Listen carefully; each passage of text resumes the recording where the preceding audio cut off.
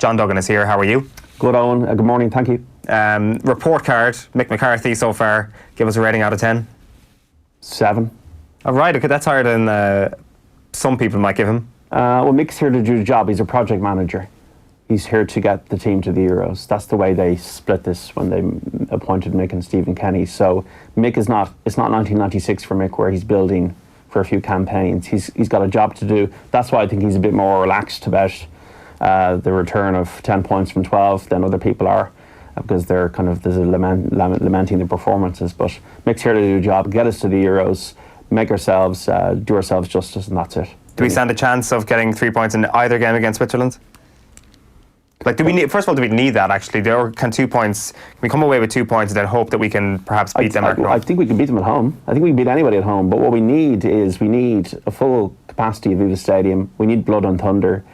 We need a degree of focus, a character, and guts, and all that. But as I was saying on News Talk Breakfast this morning, like, I'm getting a bit weary of it all now. I'm getting weary of the Groundhog Day cycle of being an Irish football fan.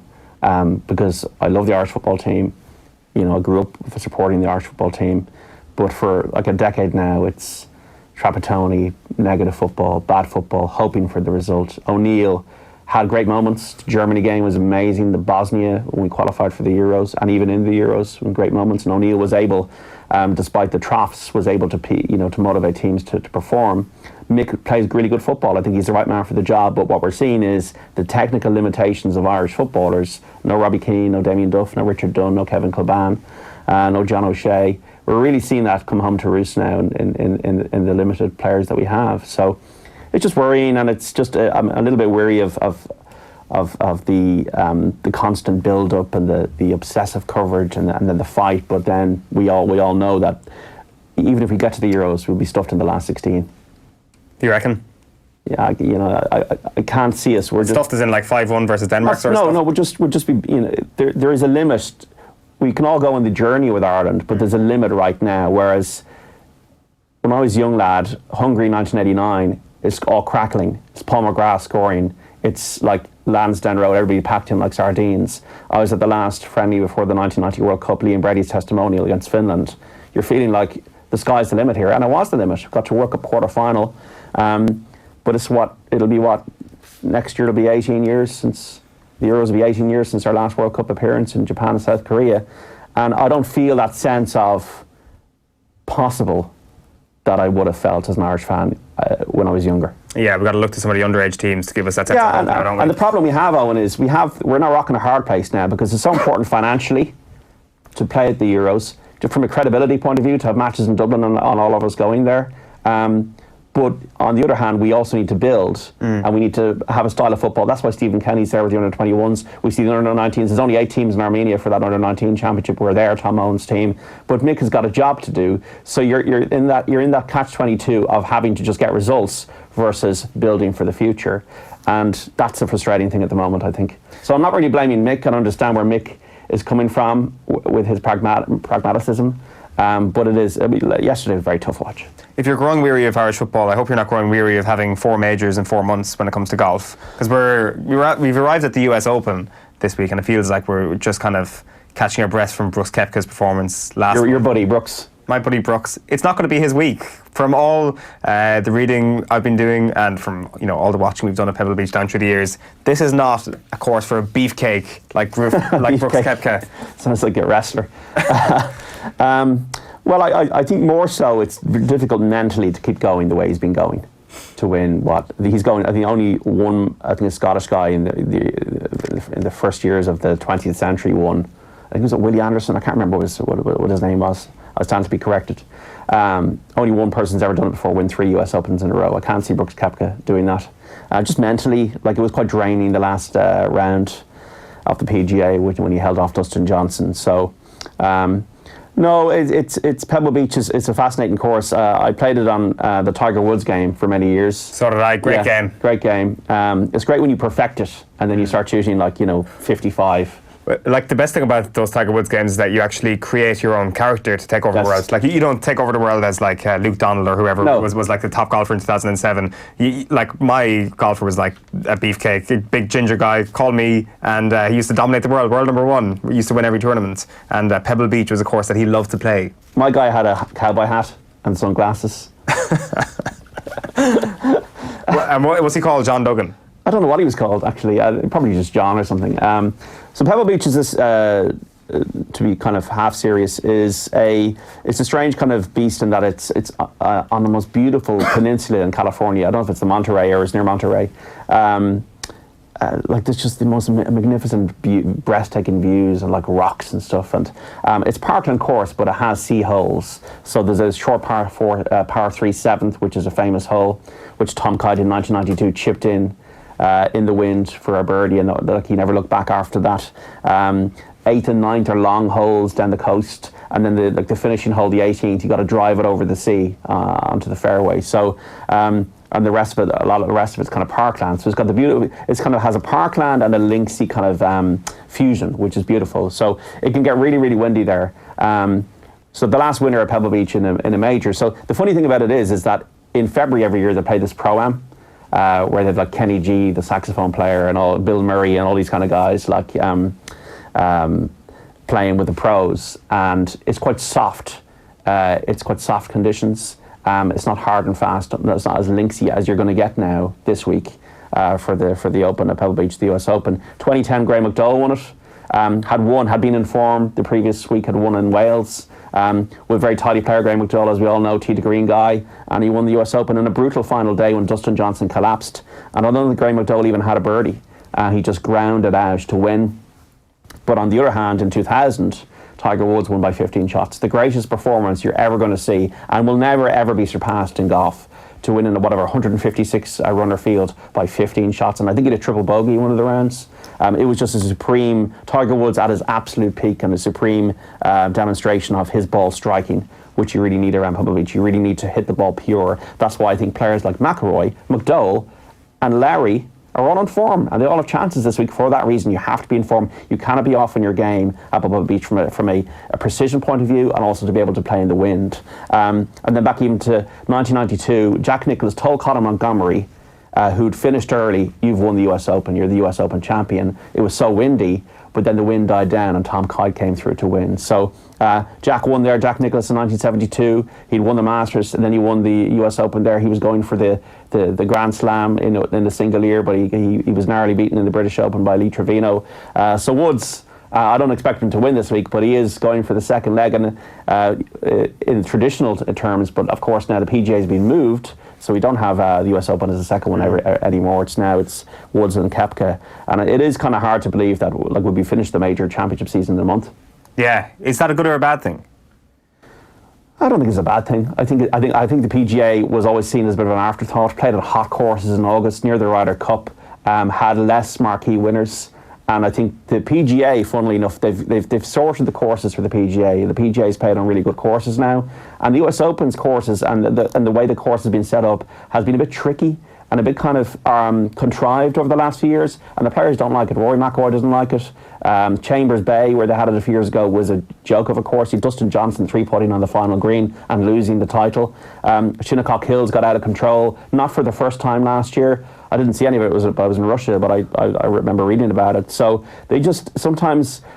The US Open used to always be about fairways and greens and brutality. That if you don't get it on the fairway or in the green, you're in the jungle and you can't get it out of there. You know, it's recently changed to they've kind of shaved back the rough areas, but they've kind of got these bowl greens and chipping surfaces, and they're turning it into a bit of a linksy course.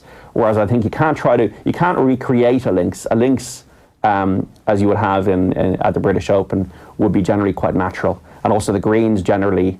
At the Open Championship, which is going to be in Portrush next month, are generally very fair, whereas I think the greens have got away from the USGA in recent years. So, funny enough, Oakmont was a real tough test, and Shane Lowry played really well there. And I think Shane Lowry will enjoy this test if he hits the ball well this week. When it comes to Rory McIlroy, we kind of get ourselves into a situation multiple times a year where we built him up before major, and then the Monday we're like, okay, next time we're never getting ahead of ourselves when it comes to Rory McIlroy. Are we kind of going to fall into this trap again this week where we say to ourselves, well, Rory won last week, and actually in hindsight next Monday we're like, well, obviously he won last week, it wasn't a major. I don't think it's a trap that we should be afraid to fall into because of his supreme talent. 10 top 10s this year. One of the players won last week in Canada with that 61 in the final round, 7-stroke victory. When he's on, Rory McIlroy, and he hasn't been on like this in a while, I haven't felt. Like, he has had a good season, the Masters aside, which was poor. Like, he did finish in the top 10, the PGA, but and I don't know why it's taken him so long to work this out. He needs to play the week before a major because he was rusty going into the Masters, rusty going into the PGA. When he won those 2 majors in 2014, he won the other tournament, the Bridgestone, I think, in between. So he won 3 tournaments in a row. He is a streak player, a hot player, and maybe he's been thinking too much about okay, I need to prepare for the Masters this way. I need to be very precise about how am I going to prepare, get all these self-help books and all that. Rory is at his best when he's free, when he's got that gait, when he's got that swagger, when he's just hitting it so pure, as he did last week in Ontario. So he'll need to have good course management at Pebble Beach this week. He's not necessarily, I think he's a better target golfer because he hits the ball so high than a wind golfer. Even though it opened that he won at Hoylake, it wasn't that windy. I don't know what the conditions are. We're going to go into it in more depth tomorrow on the show. But I still do think, I'm still, like, what's they call it, the bullish and the bearish markets in stockbroking. I'm still bullish about Rory McIlroy. I still think he will win majors. I still think he will win more majors than he has. Now, it is 5 years. And the more that goes, the more, as you say, we have the Monday morning conversation. But I'm still on the right side of Rory because I just think he's just too talented. That thing with freedom is such an interesting thing because it seemed before the Masters this year that Rory had figured it out. He had figured out what it all meant. What it all meant in terms of finally getting that green jacket. It was like, if it's not going to happen this week, then so be it. If it doesn't happen for me this year at the Masters, I'm going to have a chance again next year. And if it doesn't happen next year, I'm going to have a chance again the year after. But I do wonder, hindsight being our best friend here, that if he's saying this is some sort of persuasion to himself. Yes, I would think that. And there is huge pressure on him. And it's never been done by many golfers. I think it was 5 or 6 golfers have done the career Grand Slam. Which Jordan Spieth is also 3 out of 4, although the PGA is the one he hasn't won. I would agree with that. I think Rory McIlroy should just do a 2-minute press conference. And just not, but unfortunately with all these regulations, or in the press conference, you should just talk about other stuff, and not get too actually, it's funny because I saw him in the press conference before the Canadian Open, and he was joking about Brooks Koepka winning everything, and that was an interesting insight because he was relaxed, and for a regular tour event, and I think Rory just needs to do his talking on the course, and there is a lot of kind of swirl that surrounds him. The swirl over the Olympics, the swirl over Lahinch. Why aren't you doing this? Why aren't you doing that? And I don't think he likes any of that. From observing him, I don't know the guy, but then he might sometimes get caught up in the swirl over you. Well, you haven't won the Masters. Why aren't you? You're meant to be the next big thing. Why aren't you the next big thing? Why is Brooks Koepka now the next big thing? What happened to you? And maybe he just needs to go and do it on the course, because I remember he was quite competitive, even the way he was speaking about, like, I have more majors than these guys a few years ago. And he's not really in that kind of, locker room talk. He did it against Patrick Reed. It didn't work.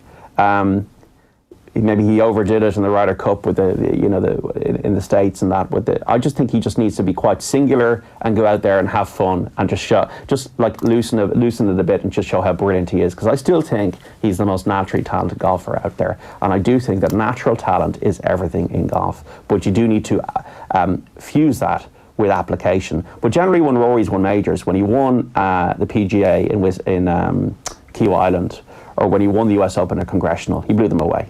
He's capable of blowing courses away. We just haven't seen it as often as we had been seeing it. Is it possible this week? Probably.